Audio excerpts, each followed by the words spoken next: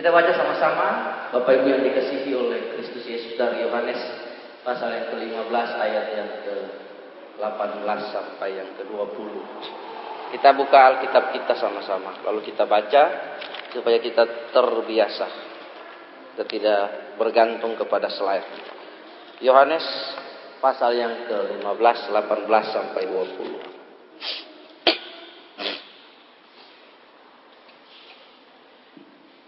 Dunia membenci Yesus dan murid-muridnya. Jikalau dunia membenci kamu, ingatlah bahwa ia telah lebih dahulu membenci aku daripada kamu. Sekiranya kamu dari dunia ini, tentulah dunia ini mengasihi kamu sebagai miliknya. Tetapi karena kamu bukan dari dunia ini, melainkan aku telah memilih kamu dari dunia ini, itulah sebabnya dunia membenci kamu. Ingatlah apa yang telah kukatakan kepadamu, seorang hamba tidak lebih tinggi daripada tuannya. Jikalau mereka telah menganiaya aku, mereka juga akan menganiaya kamu. Jikalau mereka telah menuruti firman-Ku, mereka juga akan menuruti perkataan-Mu. Tetapi semuanya itu akan mereka lakukan terhadap kamu dan karena namaku, sebab mereka tidak mengenal Dia yang telah mengutus aku. Sekiranya aku tidak datang dan tidak berkata-kata kepada mereka, mereka tentu tidak berdosa. Tetapi sekarang mereka tidak mempunyai dalih bagi dosa mereka. Barang siapa membenci aku, ia membenci juga Bapakku. Sekiranya aku tidak melakukan pekerjaan di tengah-tengah mereka seperti yang tidak pernah dilakukan orang lain, mereka tentu tidak berdosa. Tapi sekarang walaupun mereka telah melihat semuanya itu, namun mereka membenci aku maupun Bapakku. Tetapi firman yang ada tertulis dalam kitab Taurat mereka harus digenapi. Mereka membenci aku tanpa alasan. Jikalau penghibur yang akan kuutus dari Bapa datang, yaitu roh kebenaran yang keluar dari Bapa, ia akan bersaksi tentang aku. Tetapi kamu juga harus bersaksi, karena kamu semula bersama-sama dengan aku. Ya, lagi. Nah, Bapak Ibu Saudara yang dikasihi oleh Tuhan Yesus, tema topik hari ini adalah membayar harga untuk menjadi murid Tuhan. Kemarin kita sudah membahas satu bagian juga, membayar harga untuk menjadi murid Tuhan. Tidak gampang dan tidak mudah untuk orang menjadi murid Tuhan. Banyak orang Kristen tetapi sedikit murid Tuhan. Karena ada prasyarat yang begitu ketat, ada prasyarat yang begitu ketat yang harus dilakukan untuk mengikuti Tuhan Yesus. Tidak sekedar menjadi percaya lalu berhenti sampai kepada di situ, tetapi untuk mengikuti Tuhan Yesus itu harus menjadi orang gila. Karena meninggalkan segala sesuatu lalu mengikuti Tuhan Yesus. Kalau kita lihat di dalam agama lain ada syarat. Yang pertama syaratnya adalah 2 kalimat syahadat. Yang syarat terakhir kalau boleh, itu tidak diwajibkan. Kalau boleh sepanjang umurnya, seumur hidupnya, one time, satu kali dia kumpul uang, lalu dia pergi cium batu hitam Hajar Aswad di Mekah sana. Itu syarat begitu saja. Orang yang mengikuti agama itu mereka begitu taat dan sungguh-sungguh. Tetapi keselamatan tidak ada. Kitab keselamatan sudah tersedia bagi kita. Tinggal kita mengikuti Tuhan Yesus, mengikuti Dia, menjadi muridnya. Itu ada prasyarat. Menjadi murid juga berarti menjadi saksi. Bapak Ibu yang dikasihi oleh Tuhan. Kata saksi itu Ibraninya adalah ana, harafiah, artinya menjawab, atau Yunaninya martureo, kata-kata yang berakar martus, marturia, dan marturion. Artinya orang yang memberi kesaksian tentang sesuatu yang ia sendiri telah mengalaminya, ia sendiri ada di dalamnya, ia sendiri terlihat di dalamnya. Kesaksian adalah tanggung jawab berat, teristimewa dalam kasus yang diancam dengan hukuman mati. Apabila terbukti tertuduh bersalah, maka para saksi memimpin regu pelaksanaan hukuman mati itu. Nah, nanti kita bahas sampai detail. Di dalam kitab undang-undang hukum pidana ada asas yang namanya unus testis nullus testus. Unus testis nullus testus adalah satu saksi, bukanlah saksi. Jadi kalau seseorang dituduh ke dalam pengadilan, ada saksi verbal, kemudian dideret di dalam pengadilan, kalau cuma satu saksi berarti semua sanggahan, semua alibi, semua tuduhan itu gugur, itu batal, Karena satu saksi bukanlah saksi. Jadi itu bisa gugur, itu ada gium. Nah, begitu pula juga dalam kekristenan kita. Kita sudah mengalami perjumpaan dengan Tuhan Yesus. Hukum firman Allah berkata bahwa kamu telah dibeli dan harga telah dibayar lunas. Itu sah di hadapan Tuhan. Nah, yang sekarang kita menjadi saksi adalah kita tidak hidup sesama dengan Tuhan Yesus. Tetapi ada bukti formal yang sah bahwa Yesus mati bagi saudara dan saya. Buktinya di mana? Buktinya dalam Yohanes pasal 3 ayat yang ke-16. Karena begitu besar kasih Bapa, kasih Allah akan dunia ini, sehingga Dia mengaruniakan Anak yang tunggal supaya setiap orang yang percaya kepadanya tidak binasa, melainkan memperoleh hidup yang kekal. Ada begitu banyak saksi, ada begitu banyak pernyataan yang mendukung secara hukum bahwa saudara dan saya diselamatkan oleh Tuhan. Karena itu pertanyaannya adalah kita tidak saja kalau kita menjadi murid, otomatis kita menjadi saksi dari apa yang sudah Kristus buat atas kita. Dia mati atas dosa kita. Kemudian kita menjadi saksi atas kualitas kehidupan Yesus yang sudah merubah saudara dan saya. Itu yang kita saksikan kepada others, kepada orang lain. Nah, dilihat di situ. Jadi saksi adalah orang yang memberi kesaksian tentang sesuatu. Saksi, kita tidak hidup di zaman Tuhan Yesus. Murid-murid menjadi saksi supaya Alkitab ini ada.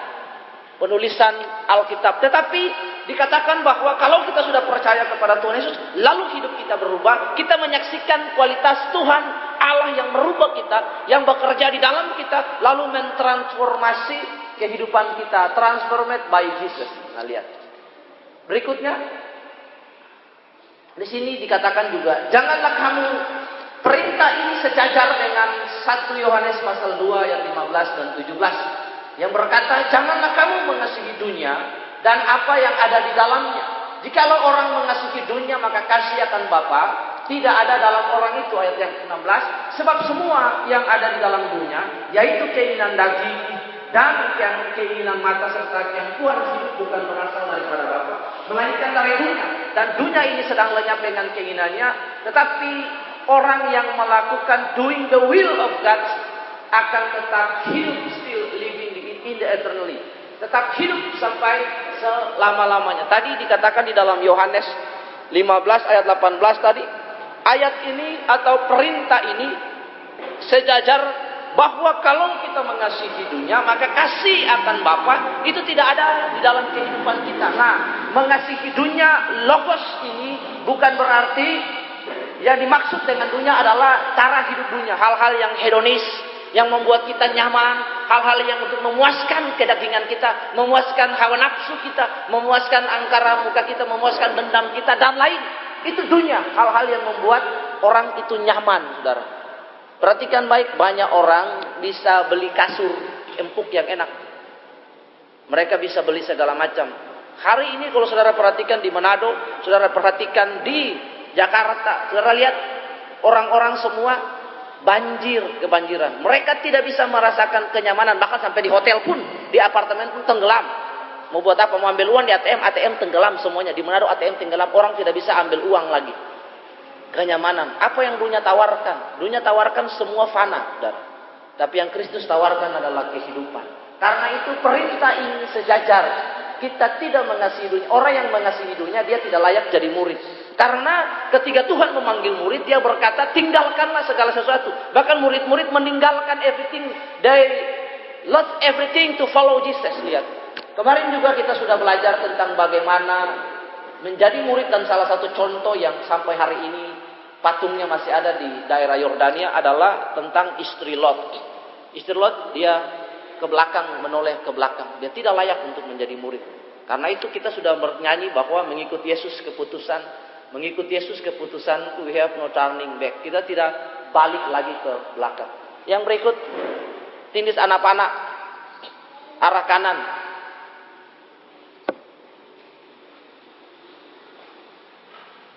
Ya, lihat di sini, yang di sebelah kanan.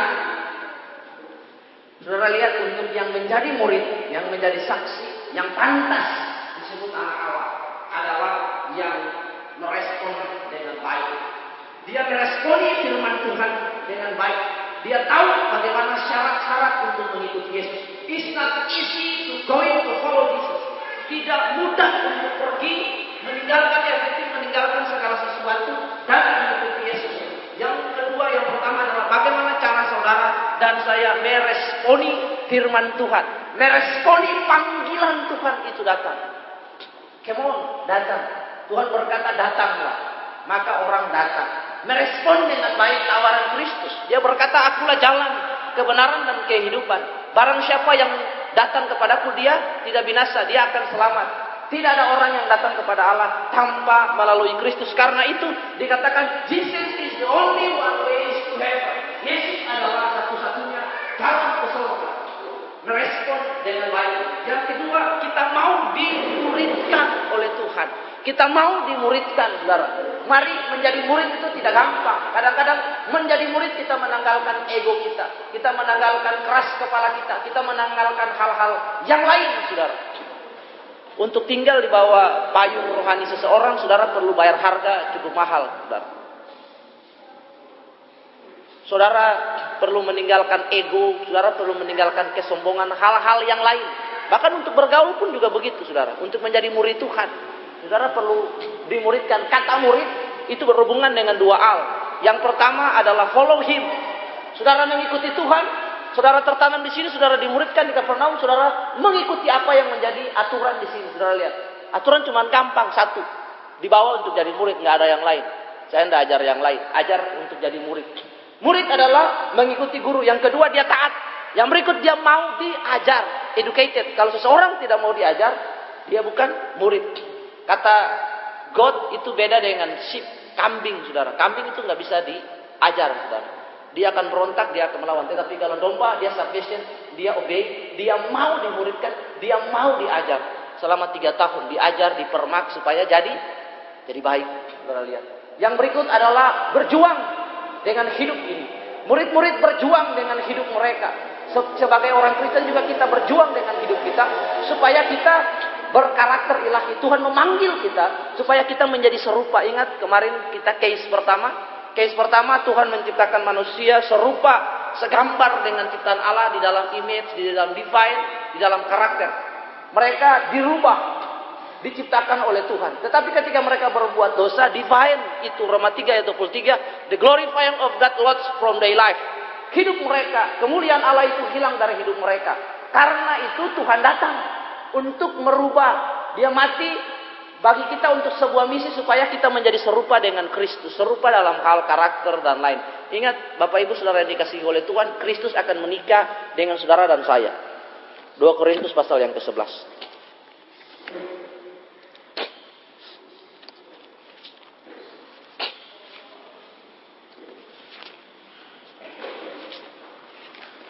Haleluya. 2 Korintus pasal yang ke-11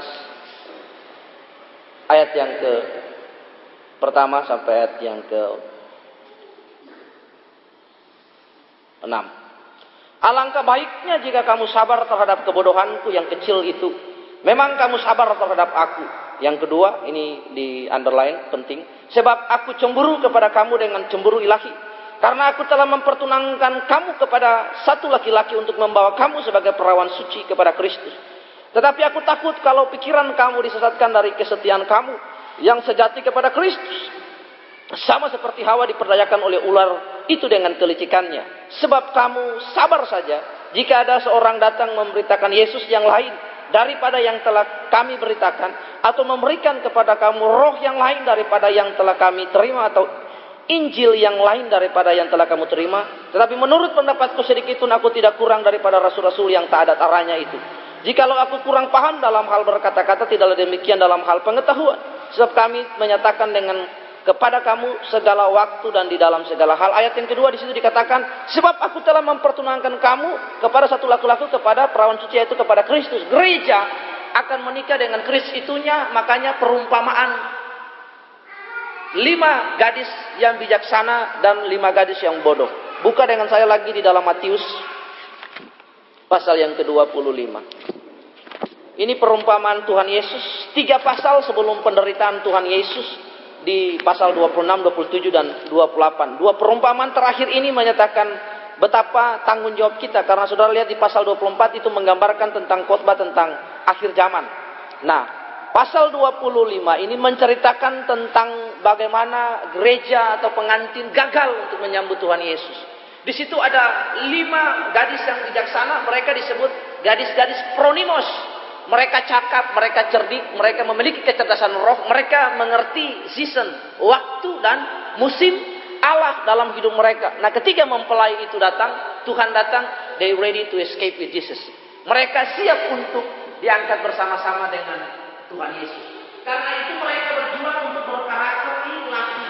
Dan yang berikut, mereka taat sampai mati. Mereka kehilangan kehidupan. Nah, mereka ini yang disebut anak-anak Allah. Mereka ini yang disebut murid.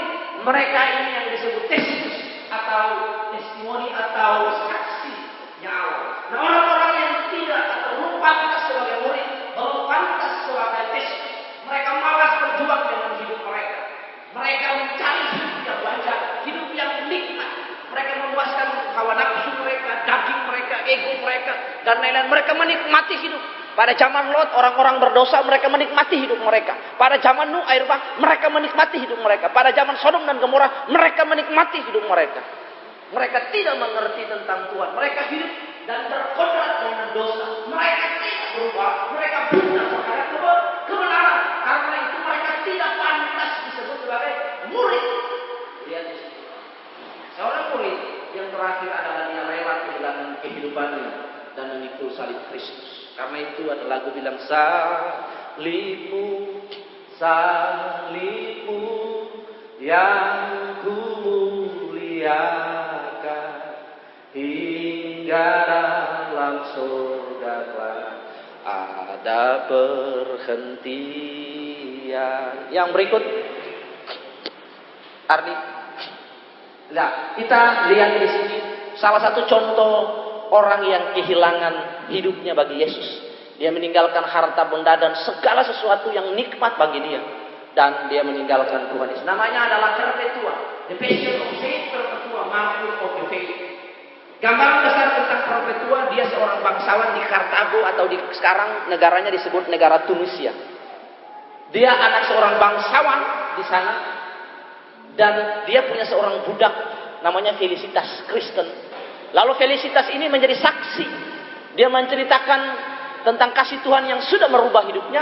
Lalu sang majikan yang bernama Perpetua, anak seorang bangsawan ini, dia percaya kepada Tuhan Yesus. Setelah dia percaya, ketahuan oleh keluarganya, dia disiksa.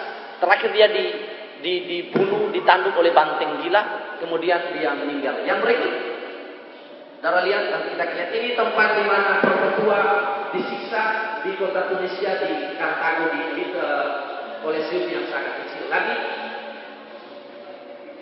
Lagi, ya, ini di kota Tunisia. Waktu ini zaman Roma, ini Italia di sini, ini Tunisia. Jadi kerajaan Roma, Centurion Roma menjajah semua daerah dunia waktu itu sampai di Asia, dan ini tempat Felicitas dan Perpetua di Tunisia. Yang berikut lagi.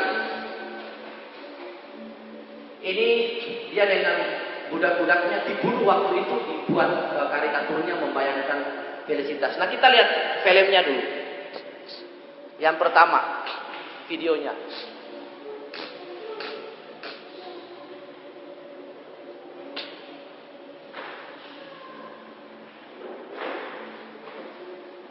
Bagaimana orang membayar harga menjadi murid mengikuti Tuhan Yesus.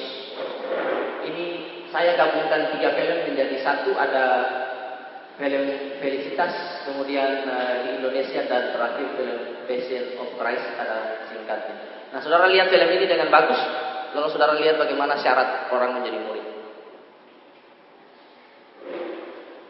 Sabar sedikit. Ya.